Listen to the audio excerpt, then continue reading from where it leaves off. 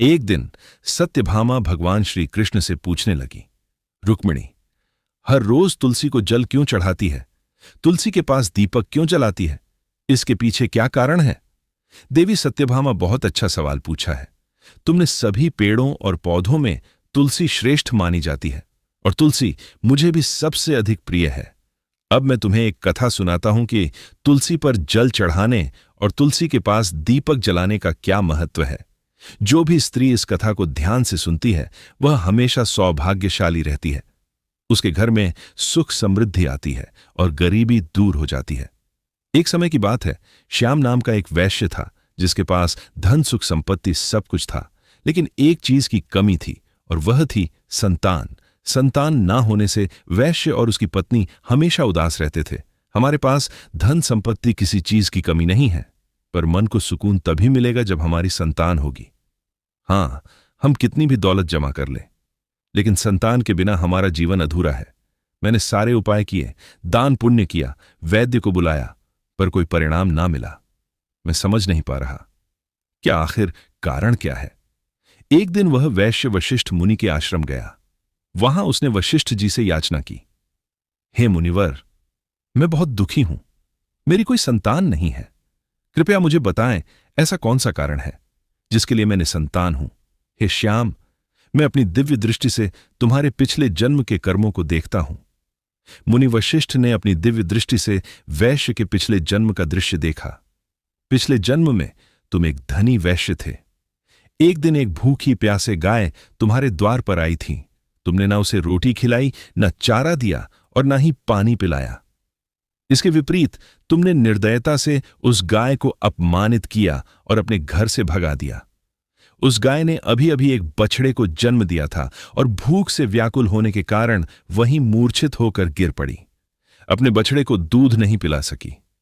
इसी क्रूरता के कारण गाय ने तुम्हें श्राप दे दिया। उस गाय ने मुझे श्राप दिया। इसका मतलब है इस जीवन में संतान न होने का कारण वही श्राप है। हां, तुम्हारी वर्तमान स्थिति इसी श्राप के कारण है। वैश्य श्याम शर्मा बहुत दुखी हुआ और अपनी गलती पर पछताया। हे मुनिवर, मैं इस पाप से कैसे मुक्ति पा सकता हूं? क्या कोई उपाय है? तुम्हें पुत्र यज्ञ करना होगा। यज्ञ संपन्न करने के बाद ब्राह्मणों को गायों का दान करने से तुम्हें संतान प्राप्त होगी और पाप से मुक्ति मिलेगी। मुनिवर, आपका धन्यवाद। मैं शीघ्रता से पुत्र यज्ञ करूंगा और इस पाप से मुक्ति पाऊंगा। श्याम शर्मा घर लौटा और सब कुछ विस्तार से सुनाया। अब हमें संतान की प्राप्ति होगी। हां, वशिष्ठ जी ने बताया कि यज्ञ के फल स्वरूप हमें न प्राप्त होगी, लेकिन एक शर्त थी। हमारा पुत्र केवल 18 वर्ष का होगा। केवल 18 वर्ष, यह कितनी छोटी आयु है। हां, पर हमें इस पाप से मुक्ति भी मिल जाएगी और कम से कम हमारा वंश तो आगे बढ़ेगा। श्याम शर्मा और उसकी पत्नी ने पुत्र यज्ञ का आयोजन किया। उन्होंने कई ऋषियों, मुनियों और ब्राह्मणों को आमंत्रित किया और विधिपूर्वक यज्ञ संपन्न किया। तभी अग्निदेव प्रकट हुए। हे अग्निदेव, मेरे पुत्र यज्ञ को सफल करो, मुझे संतान का वरदान दे। हे श्याम शर्मा, तुम्हारा यज्ञ सफल हुआ है, तुम्हें संतान प्राप्त होगी, परंतु ध्यान रहे वह केवल 18 वर्ष तक ही जीवित रहेगा। धन्यवाद अग्निदेव। मैं वचन देता हूं कि अपने पुत्र की देखभाल पूरी श्रद्धा के साथ करूंगा। यज्ञ समाप्त हुआ और श्याम शर्मा को संतान का वरदान मिला। कुछ समय बाद उनकी पत्नी ने एक सुंदर तेजस्वी पुत्र को जन्म दिया। उन्होंने सभी आवश्यक संस्कार पूरे किए और उसे शिक्षा ग्रहण के लिए गुरुकुल भेजा। यह बालक अत्यंत तेजस्वी है। उसके गुणों से सभी प्रभावित हो रहे संगीत हैं। मेरा बेटा बड़ा हो रहा है, पर मुझे उसकी आयु को लेकर चिंता है। मुनि वशिष्ठ ने कहा था कि उसकी आयु 18 वर्ष तक ही होगी। श्याम, चिंता मत करो, हमें उसके खुशहाल बचपन पर ध्यान देना चाहिए। जैसे ही बेटा 16 वर्ष का हुआ, माता पिता ने उसके विवाह की योजना बनानी शुरू की। पत्नी ने कहा, स्वामी, हमारा पुत्र अब विवाह योग्य है, हमें जल्दी ही उसका विवाह कर देना चाहिए। भाग्य के अनुसार हमारे पुत्र की आयु केवल 18 वर्ष तक है। 18 वर्ष के बाद उसकी मृत्यु निश्चित है। यदि अब उसका विवाह हो गया तो उसकी पत्नी विधवा हो जाएगी और उसे जीवन भर दुखों का सामना करना पड़ेगा। मुझे अपने पुत्र को अविवाहित मरते हुए नहीं देखना है। मैं उसके लिए एक अच्छी पत्नी की तलाश करूंगी। पत्नी ने अपने पुत्र के लिए सुभद्रा के नाम की एक अत्यंत गरीब व्यक्ति की एक गुणवती पुत्री को खोजा और उनका विवाह संपन्न हुआ। सुभद्रा अत्यंत चरित्रवान और पतिव्रता नारी संगीत थी। सुभद्रा को यह पता नहीं था कि उसके पति की आयु केवल 18 वर्ष तक की ही है। विवाह के बाद सुभद्रा अपने सास ससुर और पति की बहुत सेवा की और अपनी मधुर वाणी से सबका मन जीत लिया। समय बीतता गया और श्याम शर्मा के पुत्र की मृत्यु निकट आने लगी। माता पिता को इसकी घबराहट सताने लगी। एक दिन उन्होंने अपनी बहू सुभद्रा को बुलाया और दुखी मन से कहा, बहू, हमें माफ कर देना। हमने तुम्हारे साथ बड़ा अन्याय किया है।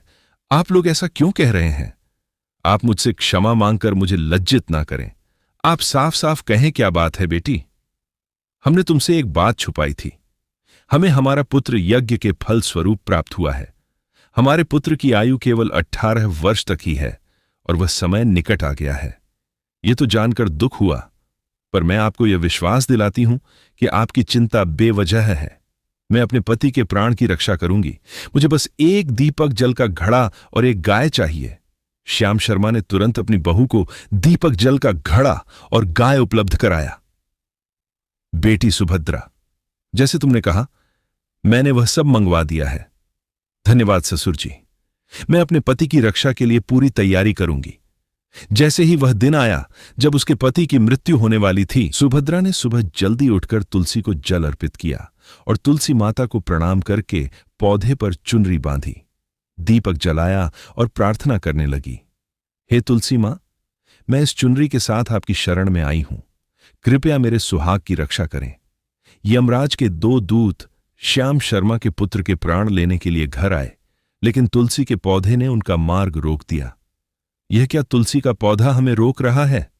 हे यमदूत, मैं तुम्हें इस घर में आने नहीं दूंगी। इस घर की बहू ने मुझे चुनरी रहाई है। उसके पति की रक्षा मेरी जिम्मेदारी है।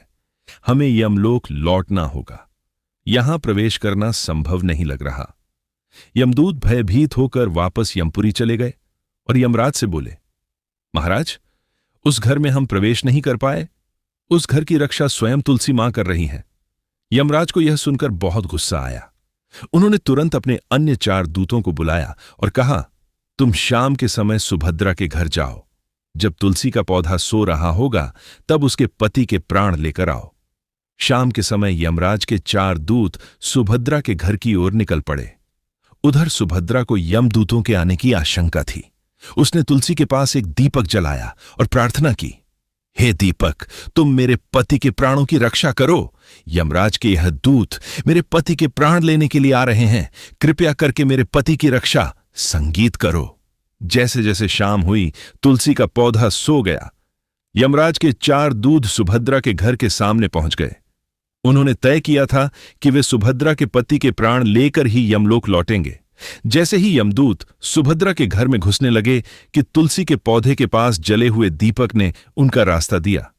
हे यमदू, तो इस घर की स्त्री ने मुझे प्रज्वलित किया है और मुझसे अपने पति के प्राणों की रक्षा की प्रार्थना की है। तुम इस घर में आ नहीं सकते। है, मैं उसके पति की रक्षा कर रहा हूं। हमें यमराज ने उसके प्राण लेने भेजा है। तुम आज उसके पति के प्राण नहीं ले जा सकते। अगर आगे बढ़े तो मैं अपनी अग्नि से तुम्हें जलाकर भस्म कर दूंगा। दीपक के ऐसा कहने पर यमदूत डर गए।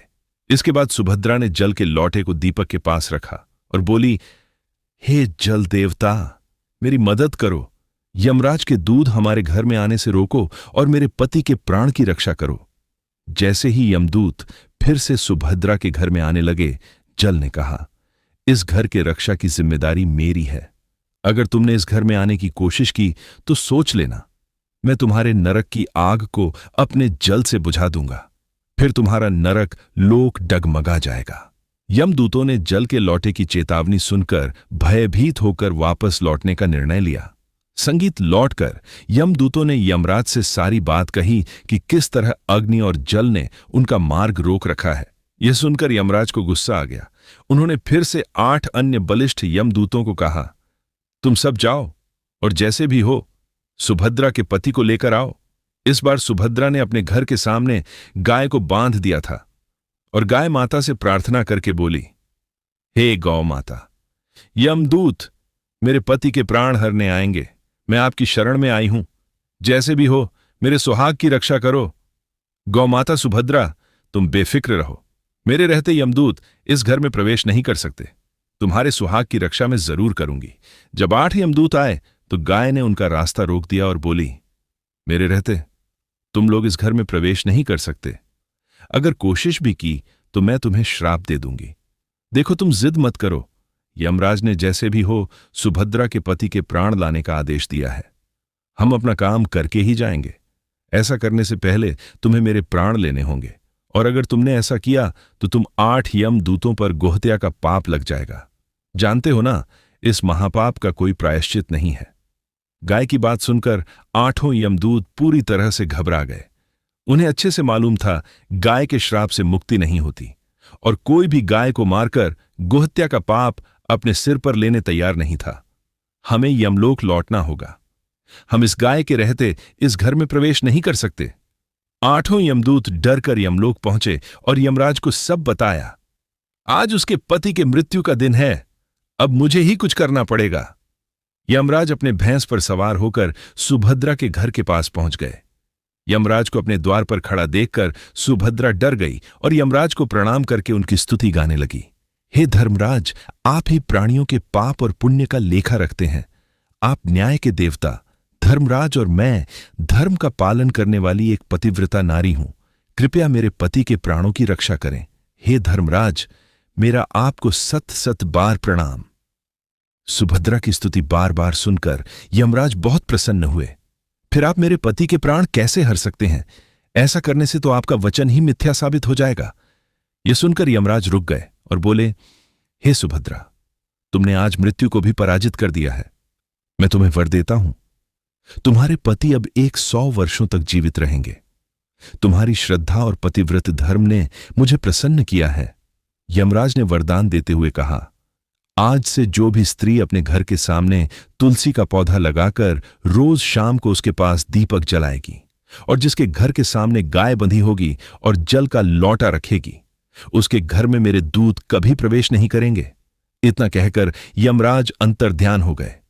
भगवान श्री कृष्ण ने कहा, इसी प्रकार पतिव्रता धर्म का पालन करके जो कोई स्त्री अपने घर के सामने तुलसी का पौधा लगाती है, उसके पास नित्य दीपक जलाती है, घर के सामने जल का लोटा रखती है, और जिसके घर के सामने गाय बंधी होती है, उसके घर में मृत्यु प्रवेश नहीं करती।